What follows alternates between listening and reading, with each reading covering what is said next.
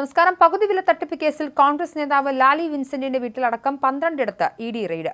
പാതിവില തട്ടിപ്പ് കേസിലെ പ്രധാന സൂത്രധാരനെന്ന് സംശയിക്കുന്ന ആനന്ദകുമാറിന്റെ വീട്ടിലും റെയ്ഡ് നടക്കുന്നുണ്ട്. നേരത്തെ കേസിൽ ഇഡി കേസ് രജിസ്റ്റർ ചെയ്തിരുന്നു. ഇഡിയുടെ കൊച്ചി ഓഫീസാണ് റെയ്ഡ് നടത്തുന്നത്. സംസ്ഥാന വ്യാപകമായി തട്ടിപ്പുമായി ബന്ധപ്പെട്ട സ്ഥാപനങ്ങളിലാണ് റെയ്ഡ് നടക്കുന്നത്. ക്രൈംബ്രാഞ്ചിന്റെ അന്വേഷണം പുരോഗമിക്കവെയാണ് ഇഡിയും സജീവമായി കേസിൽ രംഗത്തിറങ്ങുന്നത്. പാതിവില തട്ടിപ്പ് കേസിൽ അറസ്റ്റിലായ അനന്തകൃഷ്ണന് വിവിധ ബാങ്കുകളിലായി 21 അക്കൗണ്ടുകൾ ഉണ്ടെന്ന് ക്രൈംബ്രാഞ്ച് കഴിഞ്ഞ ദിവസം കോടതിയിൽ വ്യക്തമാക്കിയിരുന്നു.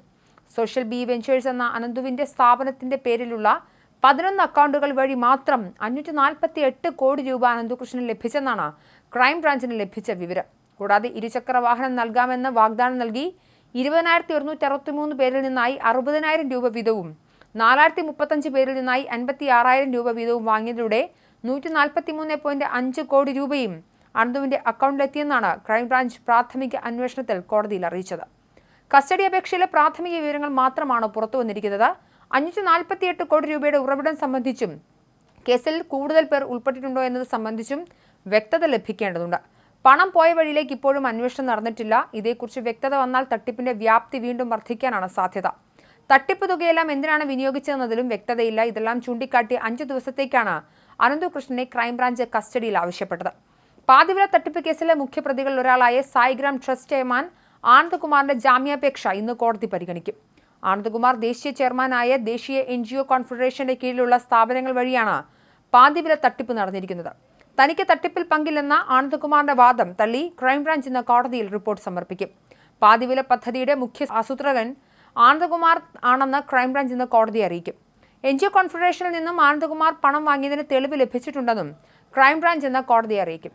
തിരുവനന്തപുരം അഡീഷണൽ സെഷൻസ് കോടതിയാണ് ജാമ്യാപേക്ഷ പരിഗണിക്കുന്നത്.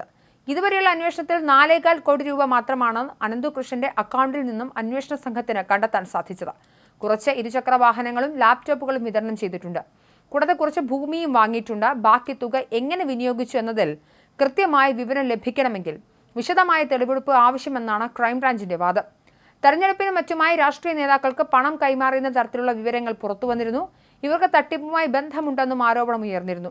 ഇതിലെല്ലാം കൂടുതൽ വ്യക്തത വരുന്നതിന് കൂടുതൽ ചോദ്യം ചെയ്യലും തെളിവെടുപ്പും അത്യാവശ്യമാണെന്നും ക്രൈംബ്രാഞ്ച് ചൂണ്ടിക്കാണിക്കുന്നു. ഇന്നലെ സീഡ് സൊസൈറ്റി ഭാരവാഹികളുടെ മൊഴി ഇഡി രേഖപ്പെടുത്തിയിരുന്നു. കണ്ണൂരിലെ സീഡ് സൊസൈറ്റി ഭാരവാഹികളാണ് ഇഡിയുടെ കൊച്ചി ഓഫീസിലെത്തി മൊഴി നൽകിയത്. Kannur seed society project manager, കോർഡിനേറ്റർമാർ എന്നിവർ മൊഴി നൽകി. ആനന്ദകുമാർ ഉൾപ്പെടെ തട്ടിപ്പിന്റെ ഭാഗമാണെന്ന് ഭാരവാഹികൾ മൊഴി നൽകിയിട്ടുണ്ട്. തനിക്ക് തട്ടിപ്പിൽ പങ്കില്ലെന്നാണ് ആനന്ദകുമാർ ആരോപണം ഉന്നയിച്ചിരിക്കുന്നത്. ഇത് തട്ടിപ്പാണെന്ന് നേരത്തെ വ്യക്തമായിരുന്നു. ആനന്ദകുമാർ NGO ഫെഡറേഷൻ ആജീവനാന്ത ചെയർമാനെന്ന വിവരമാണ് പുറത്തുവന്നത്.